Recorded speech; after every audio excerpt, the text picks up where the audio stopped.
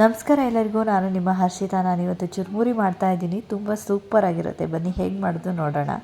ಮೊದಲನೇದಾಗಿ ಒಂದು ಪಾತ್ರೆಗೆ ಅರ್ಧ ಲೀಟ್ರಷ್ಟು ಮಂಡಕ್ಕಿ ಅಥವಾ ಪುರಿಯನ್ನು ಹಾಕ್ಕೊಂಡಿದ್ದೀನಿ. ಅದಾದಮೇಲೆ ಈಗ ನಾನು ಸಣ್ಣದಾಗಿ ಹೆಚ್ಚಿಟ್ಕೊಂಡಿರೋ ಈರುಳ್ಳಿನ ಹಾಕ್ಕೊಳ್ತಾ ಇದ್ದೀನಿ. ನಾನು ಹೆಚ್ಚಿಟ್ಕೊಂಡಿರೋದೆಲ್ಲ ಒಂದೇ ಪ್ಲೇಟಿಗೆ ಹಾಕ್ಕೊಂಡಿರೋದ್ರಿಂದ ಸ್ವಲ್ಪ ಮೆಸ್ಸಿ ಆಗಿದೆ, ಅಡ್ಜಸ್ಟ್ ಮಾಡ್ಕೊಳ್ಳಿ. ಈಗ ನೆಕ್ಸ್ಟ್ ನಾನು ಇದಕ್ಕೆ ಕೊತ್ತಂಬರಿ ಸೊಪ್ಪನ್ನು ಕೂಡ ಹಾಕ್ಕೊಳ್ತಾ ಇದ್ದೀನಿ.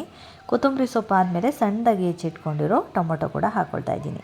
ಸಂಜೆ ಟೈಮಲ್ಲಿ ಒಳ್ಳೆ ಸ್ನ್ಯಾಕ್ಸ್ ಇದು, ತುಂಬ ಈಸಿಯಾಗಿ 5 ನಿಮಿಷದಲ್ಲೆಲ್ಲ ಆಗೋಗಿಬಿಡುತ್ತೆ. ಸೊ ನೆಕ್ಸ್ಟ್ ನಾನೀಗ ಇದಕ್ಕೆ ಕ್ಯಾರೆಟ್ ತುರಿಯನ್ನು ಕೂಡ ಹಾಕ್ಕೊಳ್ತಾ ಇದ್ದೀನಿ. ಒಂದೇ ಒಂದು ಕ್ಯಾರೆಟನ್ನು ತೊಗೊಂಡು ತುರ್ಕೊಂಡಿರೋದನ್ನು ಹಾಕ್ಕೊಳ್ತಾ ಇದ್ದೀನಿ.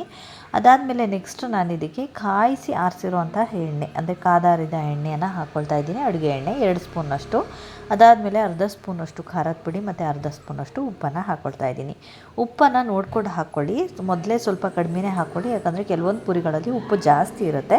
ಸೊ ಉಪ್ಪನ್ನು ಕಡಿಮೆನೇ ಹಾಕ್ಕೊಳ್ಳಿ. ಉಪ್ಪು ಕಡಿಮೆ ಅನಿಸಿದರೆ ಆಮೇಲೆ ಬೇಕಿದ್ರೆ ನೀವು ಹಾಕ್ಕೊಂಡು ಮಿಕ್ಸ್ ಮಾಡ್ಕೋಬೋದು. ಸೊ ಚೆನ್ನಾಗಿ ಮಿಕ್ಸ್ ಮಾಡ್ಕೊಳ್ಳೋಣ.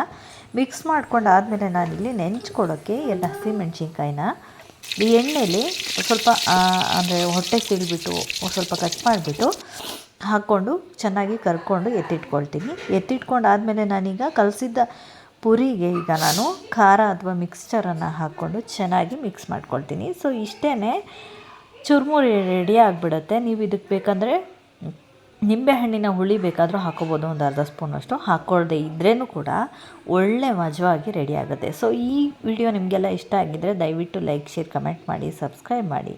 Thank you for watching.